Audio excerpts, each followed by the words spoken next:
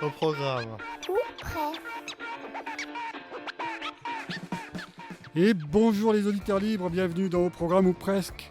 Alors pour celles et ceux qui ne connaîtraient pas le principe de l'émission, pas de panique, pas de panique. En effet, vous écoutez la toute première émission, celle que nous avons intitulée l'émission 0. Aujourd'hui, il s'agit ni plus ni moins d'une sorte de teaser de la première véritable émission d'Au programme ou presque, qui sera diffusée d'ici quelques semaines. Dans cette émission, vous allez découvrir non seulement le thème de cette première émission, non seulement les approches éditoriales, mais surtout les superbes, les brillants, les magnifiques chroniqueurs de cette émission. Avant cela, laissez-moi tout d'abord vous planter le décor. Nous sommes installés sur les hauteurs d'un remarquable village ariégeois, Vals, à quelques mètres d'une ferme restaurée baptisée La Grange, à 347 mètres au-dessus du niveau de la mer Méditerranée. Notre petit studio est posé là, sur un tapis d'herbe un peu folle, sous un soleil éclatant à l'ombre de quelques chênes centenaires. Face à nous, la vallée de l'Ers que nous surplombons avec ses cultures céréalières et ses villages millénaires. Au loin, planté sur notre rétine, la chaîne des Pyrénées et certains sommets mythiques n'ayant pas peur des mots, le Mont Calme ou le Saint-Barthélemy. C'est ici que nous avons installé notre table et nos micros, et c'est dans ce cadre que les chroniqueurs de l'émission vont vous faire découvrir ce que sera leur chronique. Mais au fait, Sarah, quelle thématique avons-nous retenue pour la première émission ? Bonjour à tous. Au menu du jour, un thème qui fait rêver en ces temps de sociabilité contrariée. Un mot qui rappelle les dernières planches des albums d'Astérix. Pour certains, il fera surgir des images du film de Marco Ferreri. Pour d'autres, ce mot a un parfum d'enfance, celui des grandes tablées familiales qui nous réunissaient autour de menus ritualisés. Les plus sages d'entre nous citeront Platon. Le sous-titre de l'ouvrage en question est d'ailleurs « De l'amour ». Il en sera évidemment question autour de cette table. L'amour de la bonne chair, de la culture sous toutes ses formes, des bons mots et surtout l'amour de moments partagés. Être ensemble enfin, côte à côte, comme le suggère l'origine de ce mot. Bref, vous l'aurez compris, nous allons aujourd'hui parler de banquet avec la joyeuse bande d'amis ici réunis. On va commencer par le plus chic d'entre nous. Marjorie, c'est à toi. Salutations distinguées, chers collègues. Oui, je sais, vous me regardez, vous vous dites « cette robe, waouh !»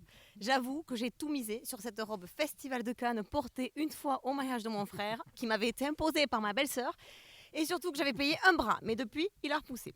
Et j'ai tout misé sur l'apparence, comme d'hab, quoi. D'ailleurs, j'ai souvent cette impression d'être un imposteur, et aujourd'hui, plus que jamais.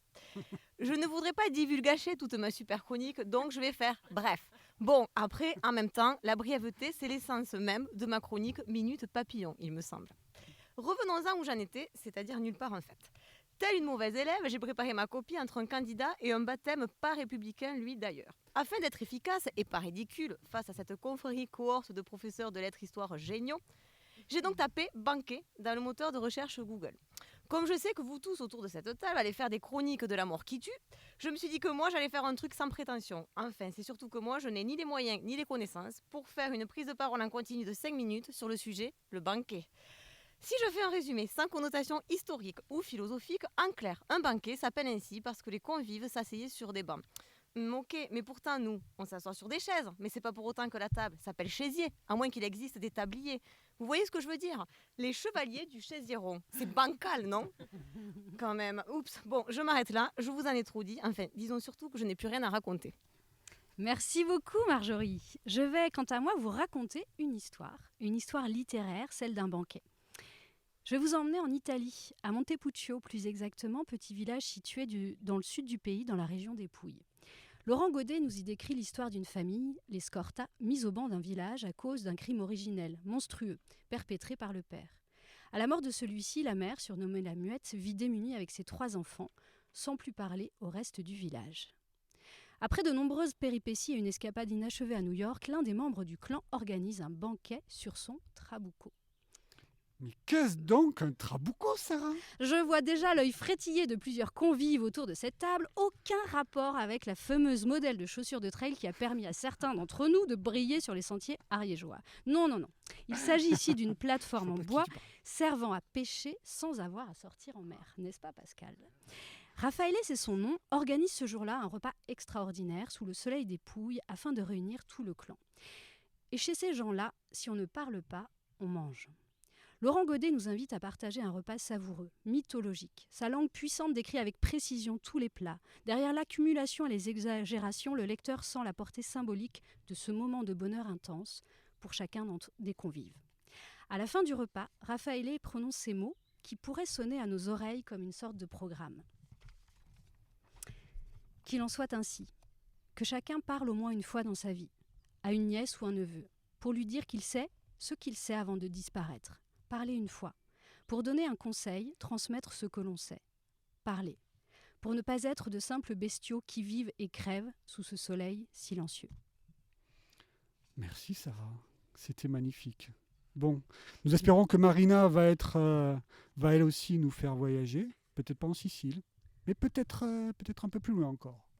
C'est dans les propos de table de Plutarque que je suis allée chercher cette question, a priori de peu d'intérêt, pour faire société, manger ou dîner. En effet, quelques images convenues de ce monde exotique qu'est l'Antiquité méditerranéenne sont gravées dans nos esprits, enfin en tout cas dans les miens. Un monde où les hommes mangent couchés, boivent, discourent lors de banquets agrémentés de jeunes femmes accortes, dansant au son de la double flûte. Merci Fellini. Je pense aussi à ce best-seller de la philosophie et de classe de terminale, Le banquet de ce vieux conservateur de Platon, dans lequel il met en scène des convives cultivés qui badinent et flirtent à qui mieux mieux entre deux discours sur la nature de l'amour. Bref, une convivialité et des plaisirs au cours desquels on dîne bien plus qu'on ne mange. Laissons de côté ces agapes réservées aux élites et penchons-nous plutôt sur ces repas qui font société dans la cité grecque classique. Dis-moi où tu manges, ce que tu manges, quand tu manges, avec qui et surtout aux frais de qui. Et nous comprendrons peut-être qui tu es et surtout comment fonctionne ta société. Merci Marina, c'est tout un programme. C'est tout un programme. Allez, on va du côté de chez Anne et je suis sûr que Anne, elle va nous embarquer dans un endroit merveilleux. Alors, si l'on considère que le banquet est un grand repas qui réunit des amis pour une grande occasion, alors l'image qui me vient à l'esprit tout de suite, c'est la fresque célébrissime, maintes fois imitée, reprise, parodiée. Eh bien oui, bien sûr, c'est la scène de Léonard de Vinci. Vous l'avez tous en tête, Jésus est là, Absolument. attablé avec ses 12 copains, dans le sens étymologique du terme, autour d'une grande table dressée, et il semble régner une atmosphère solennelle. Mais si l'on y regarde de plus près, ce repas est-il vraiment un banquet ? Je ne vous en dis pas plus, je sais, l'eau vous vient à la bouche, ou devrais-je dire le vin.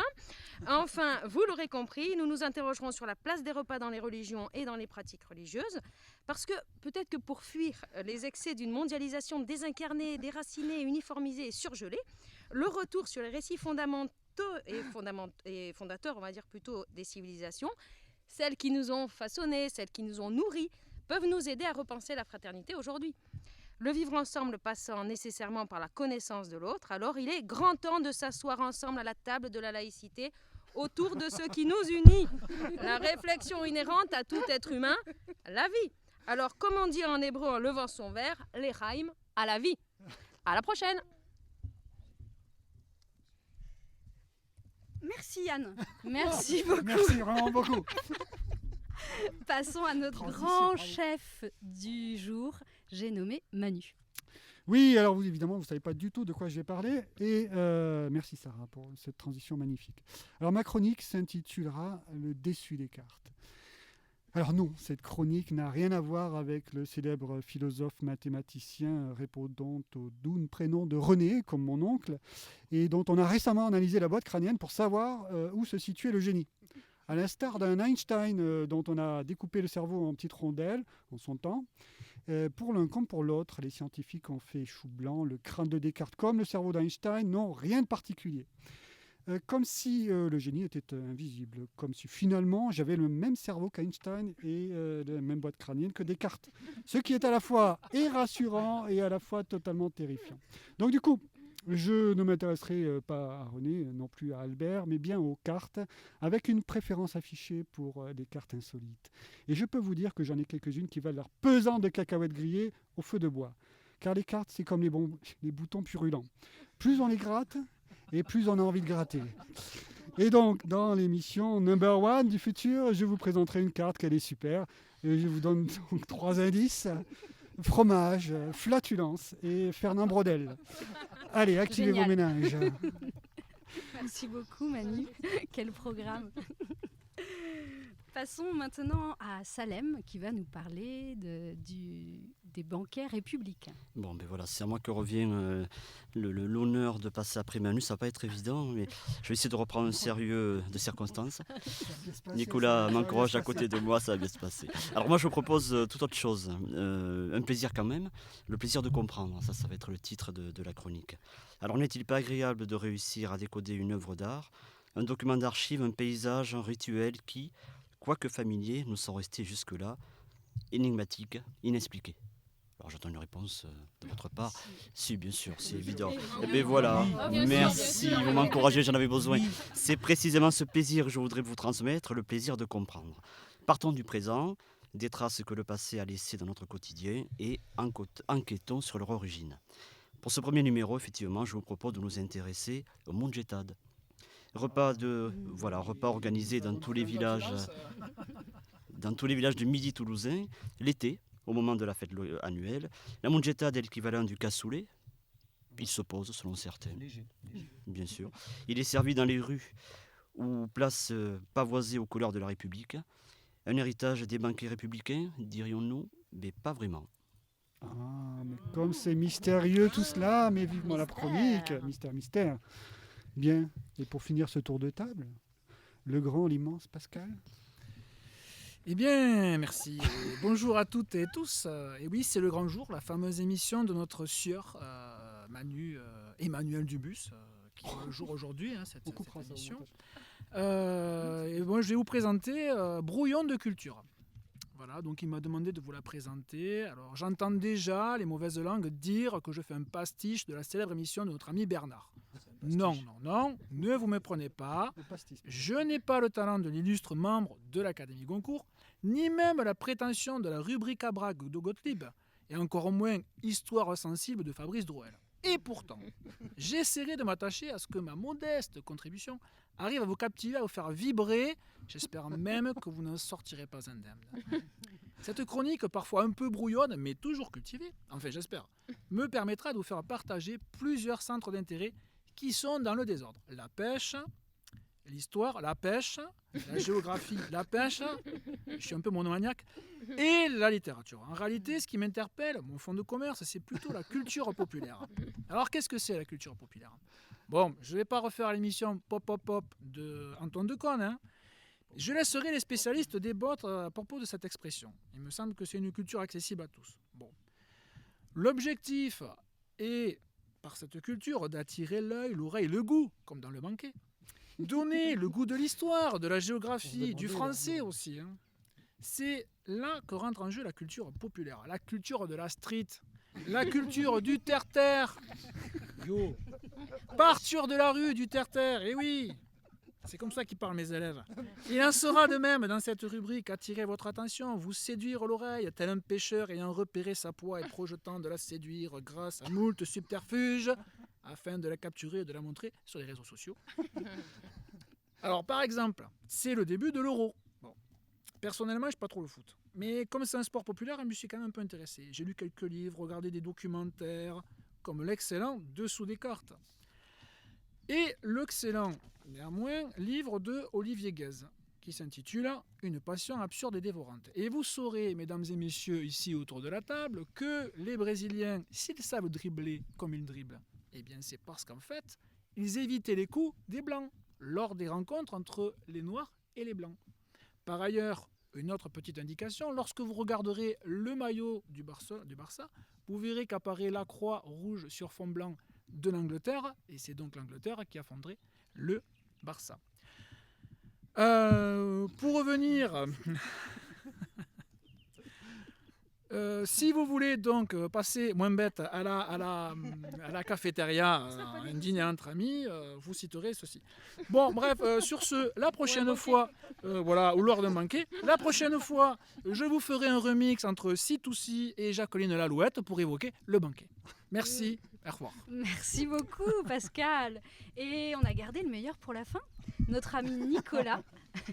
Mais de quoi allez-vous nous parler, monsieur Nicolas? Alors oui, Emmanuel, comme on m'a demandé de prendre de la hauteur, ma chronique s'intitule « Vue du ciel ». Je tiens à dire avant tout que je serai toujours à l'heure pour, bien sûr, cette chronique, mais je serai surtout le Thomas Pesquet de cette émission, l'aigle royal de cette troupe. Alors, vue du ciel, Qui pourrait-on dire de la notion de banquet? Si j'étais paresseux, et c'est loin d'être le cas, Sans commentaire. je répète, si j'étais paresseux, Mais non. je vous montrerai Mais bien non. la banquise, qui est une sorte de banquet pour le changement global, et j'ajouterai même l'anthropocène peut-être. Joli. Notion un peu Clin d'œil. à la mode. Ah oui. Certains se reconnaîtront.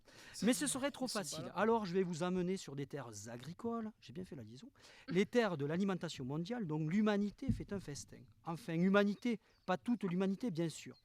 Je vais vous amener voir d'immenses marmites, de celles qui pétrifient d'extase les Pompéiens et les Sainte-Hélène.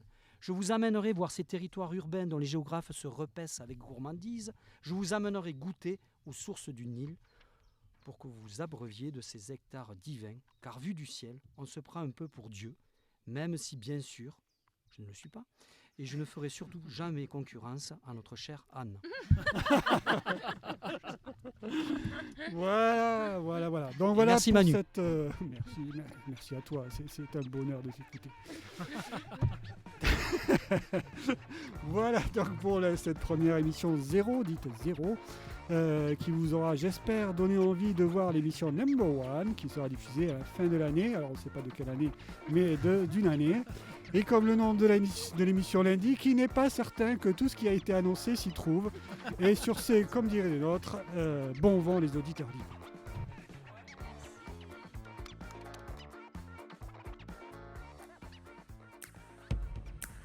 Au programme. Ou presque.